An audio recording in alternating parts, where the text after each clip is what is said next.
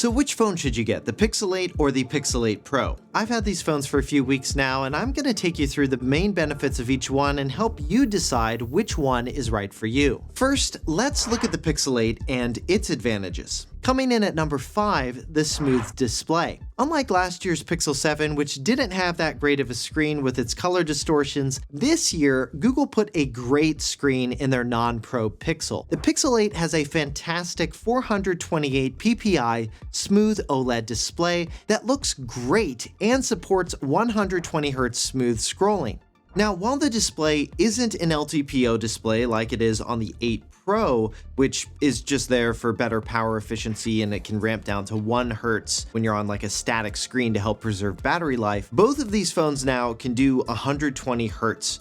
And when I'm scrolling on the 8 and then I scroll on the 8 Pro, I can't tell the difference. Next up at number 4, Google Tensor G3. Now, unlike some other phone manufacturers out there, Google put their latest chip in both of these phones, so you don't have to get the most expensive phone to get the Tensor G3 enabled features. Like a more natural speaking experience with the Google Assistant model that runs locally on the phone can now read out web pages. She oversaw consumer tech coverage at Gizmodo for 5 years. And even translate them. Alex Kranz, Managing Editor und Co-Moderator der Werke. Tensor G3 also helps power the new video pipeline that nets you better video quality than previous generations of Pixels, plus new photo features like Best Take and Audio Eraser. Best Take will allow you to swap out people's faces in shots that you did multiple takes of, and Audio Eraser can erase certain types of audio out of your videos, like a person speaking in the background or wind noise at the beach. Coming in at the number 3 advantage of the Pixel 8 is the wide camera. Google decided to put basically the same wide camera in the Pixel 8 this year as they did in the Pixel 8 Pro, the only difference being the one in the Pixel 8 only supports single zone autofocus. So far, I found this wide camera to give you great depth of field, color, sharpness, and it makes your video footage look great too. The number 2 advantage of the Pixel 8 is size. The Pixel 8 comes in a great size for most hands, and it's easily pocketable with its 6.2-inch display and 187 grams of weight, making it 26 grams lighter than the Pixel 8 Pro, which is a good deal larger. Alright, and coming in at my number 1 advantage for the Pixel 8, its price. The Pixel 8 starts at $699 US, a full $300 less expensive than the Pixel 8 Pro, making it a great value. But what about the Pixel 8 Pro? What advantages does it have over the Pixel 8 that might make it worth it to go with the Pro? Coming in at the number 5 advantage for the 8 Pro is storage. The Pixel 8 Pro can be configured all the way up to 1 terabyte of storage, where the Pixel 8 caps out at 256 gigs. The Pixel 8 Pro also comes with more RAM, with 12 gigabytes of RAM versus the 8 gigabytes that you get with the Pixel 8.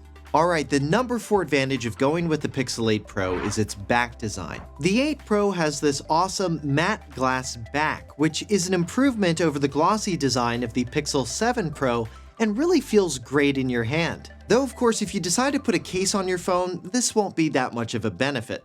Alright, and coming in at the number 3 benefit of the Pixel 8 Pro is its selfie cam. It's noticeably sharper than in previous Pixels, as well as the Pixel 8 selfie cam, especially in low light. And this is how the 8 Pro's mic sound, by the way. Let me know in the comments, how do you think they sound? Alright, and the number 2 reason to get the Pixel 8 Pro this year is Pro Photo controls. While both the 8 and the 8 Pro can do things like adjust white balance to get better fall colors than phones like the iPhone, Pro Photo Controls takes the Pixel's adjustments one step further. You can now adjust things like focus, shutter speed, lens selection, and ISO manually. Plus, you also get access to high-res photography, night sight video, and Video Boost, which uploads your video for processing to Google's cloud and then back to your device. That feature isn't out quite yet, but is expected to roll out early next year. Alright, and coming in at this year's number 1 advantage of the 8 Pro is its better camera system. Not only do you get the excellent new wide camera with a better multi-zone autofocus, but a new 48 megapixel quad PD ultra wide camera, which has better low-light performance than the previous 7 Pro. And of course, you get the excellent 48 megapixel quad PD telephoto with 5x optical zoom, which is awesome and very usable, even with video now. So in 2023, which one of these should you go with? Well, if you want a smaller or cheaper phone, the Pixel 8 is actually a great choice this year, thanks to Google finally giving the non-Pro Pixel a great screen.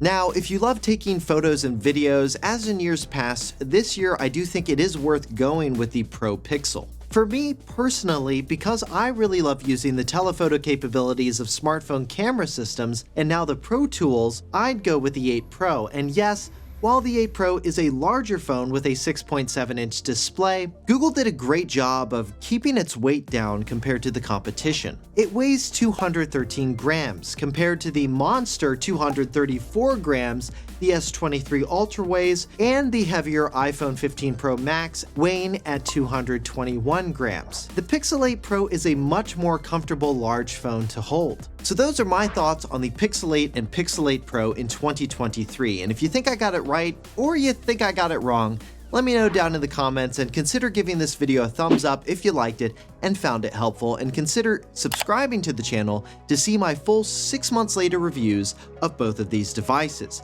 And to see more of my videos on Pixel and other Google devices, you can get to those by clicking on the videos above. For 6 months later, I'm Josh Tedder. Thanks for watching.